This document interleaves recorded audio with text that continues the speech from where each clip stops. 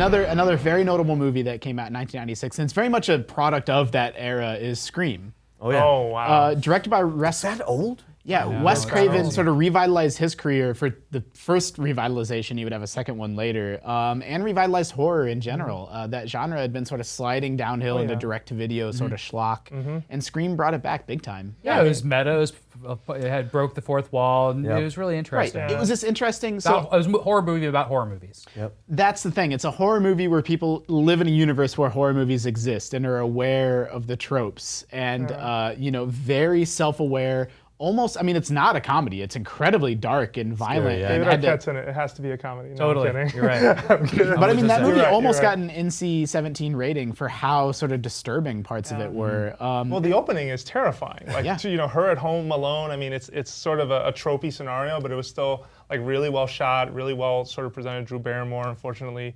dies within the first 10 minutes of that movie. But that's shocking, right? I mean, yeah, no. You don't expect that. I yeah. will say, like, it did come on the heels of like years of just horror movie after horror movie. There was Friday the 13th. There was Nightmare on Elm Street. There were so many series that.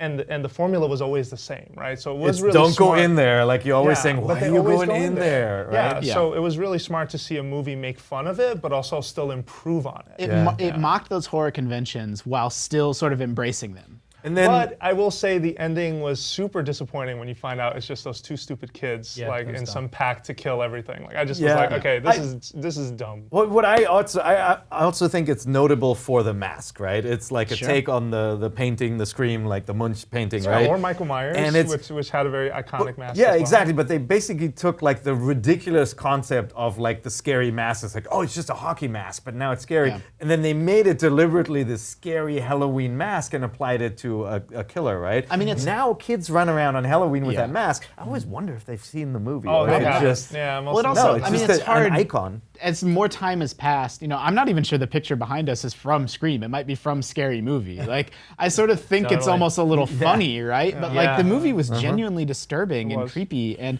one thing I didn't know until, just sort of looking up some trivia was that Scream, up until right before it came out, was called Scary Movie. That was going to be the really? name of the movie because, That's sort of hilarious. playing up that self-awareness aspect of Scary it. movie.